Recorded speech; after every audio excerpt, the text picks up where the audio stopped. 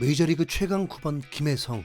현재 그의 기록을 보면 28경기 출전 62타수 25안타, 타율 4할 3리, OPS 1.020 이런 기록으로 활약하고 있으니 최강 9번이라는 수식어는 결코 오버가 아닐 것입니다. 메이저리그에 진출한 역대 한국 타자 중에 김혜성처럼 데뷔 첫 해에 이런 임팩트를 남긴 선수는 없었습니다. 단 한 가지 아쉬운 건 다저스 감독인 로버츠 감독의 월권과 그의 판단력으로 김혜성이 플래톤에 갇혀 있으면서 출전수가 너무 적다는 것입니다. 오타니에 비하면 3분의 1 출전이고 타석에 오른 건 4분의 1 정도밖에 안 됩니다. 시즌 초반엔 마이너리그에서 시작했기 때문에 메이저리그 콜업되는 것만으로도 만족할 수 있었고 벤치에만 있어도 할 말 없는 메이저리그 최강팀의 선수층인 만큼 단 한 번의 기회만 올지라도 고마울 뿐이었고 우리와 다르게 좋은 활약으로 다저스의 플래톤 주전이 된 것만으로도 대성공이라고 평가할 수 있을 것입니다. 전문가들은 김혜성이 올 시즌보다 다음 시즌을 더 기대하고 있습니다.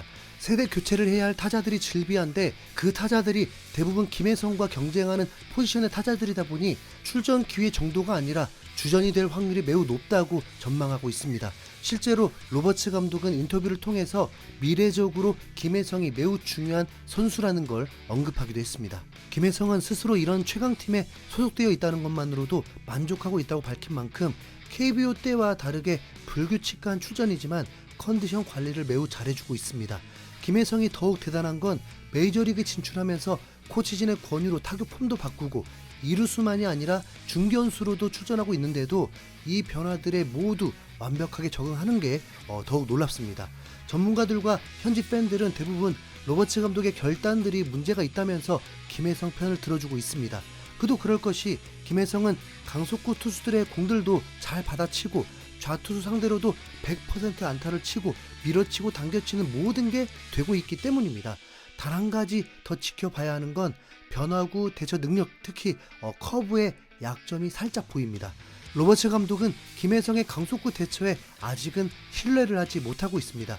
김혜성이 직전 경기 선발 출전했을 때 일본인 좌투수 마츠이를 상대할 때는 김혜성을 교체하지 않고 그대로 출전시키면서 김혜성은 팀의 보탬이 되는 안타와 타점을 올렸는데 다음 이닝에 강속구 좌투수가 나오니까 로버츠 감독이 김혜성을 교체하면서 2할 초반대의 부진한 우타자를 타석에 올리기도 했습니다. 하필 결과도 좋지 못한 3구 3진을 당하면서 전문가들도 로버츠 감독을 강력히 비판을 했습니다.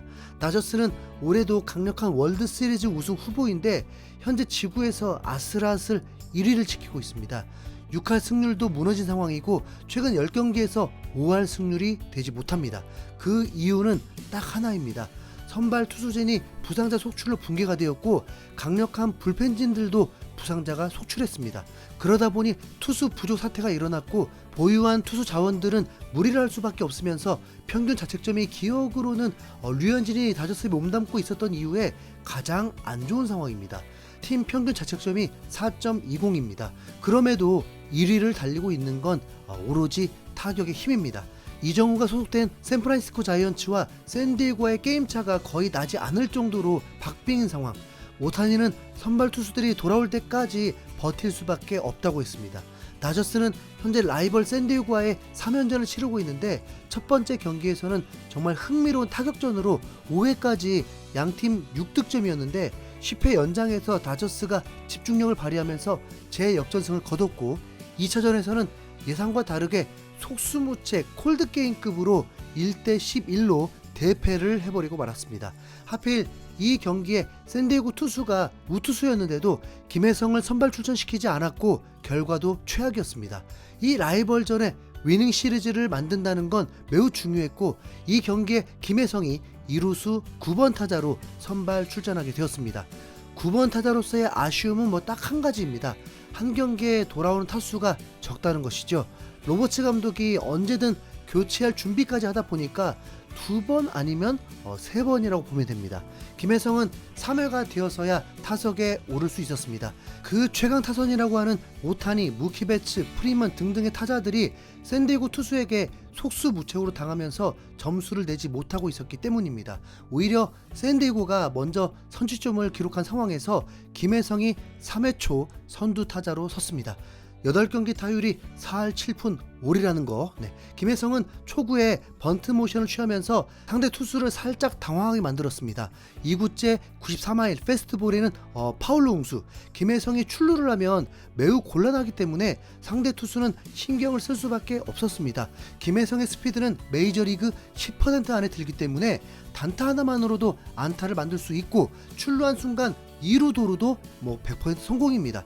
다음 타자가 오탄이기 때문에 투수로서는 4할때 타자 김혜성을 어떻게 해서든 막아야 합니다. 그리고 3구째 이 투수는 압박을 견디지 못하고 몸쪽 깊숙이 던지면서 김혜성의 팔꿈치를 맞춰버렸고, 김혜성이 살짝 고통스러워했지만 이내 바로 1루로 뛰어나갔습니다.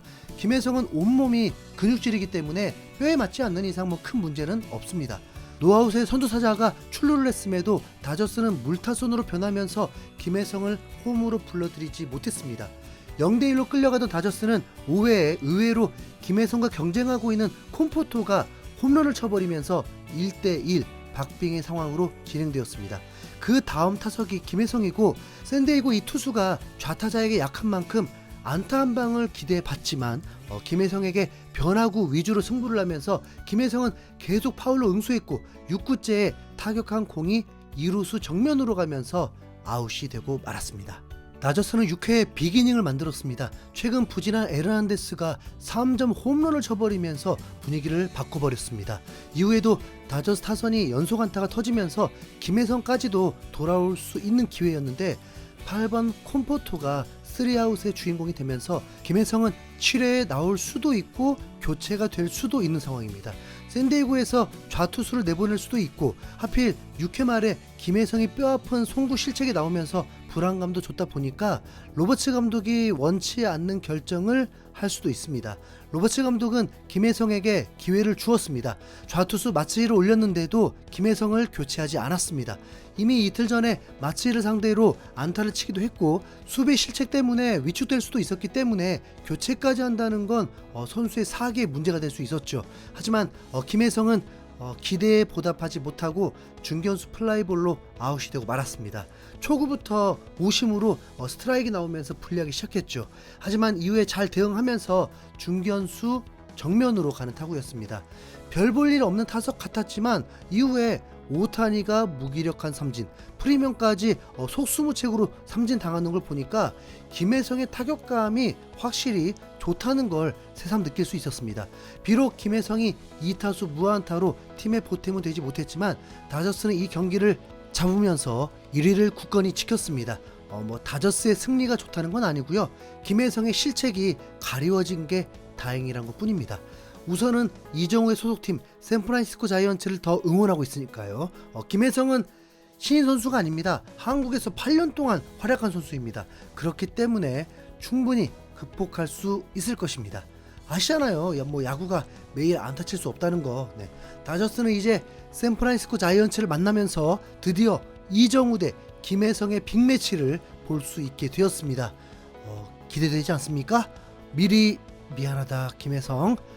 휴수영고래였습니다. 감사합니다.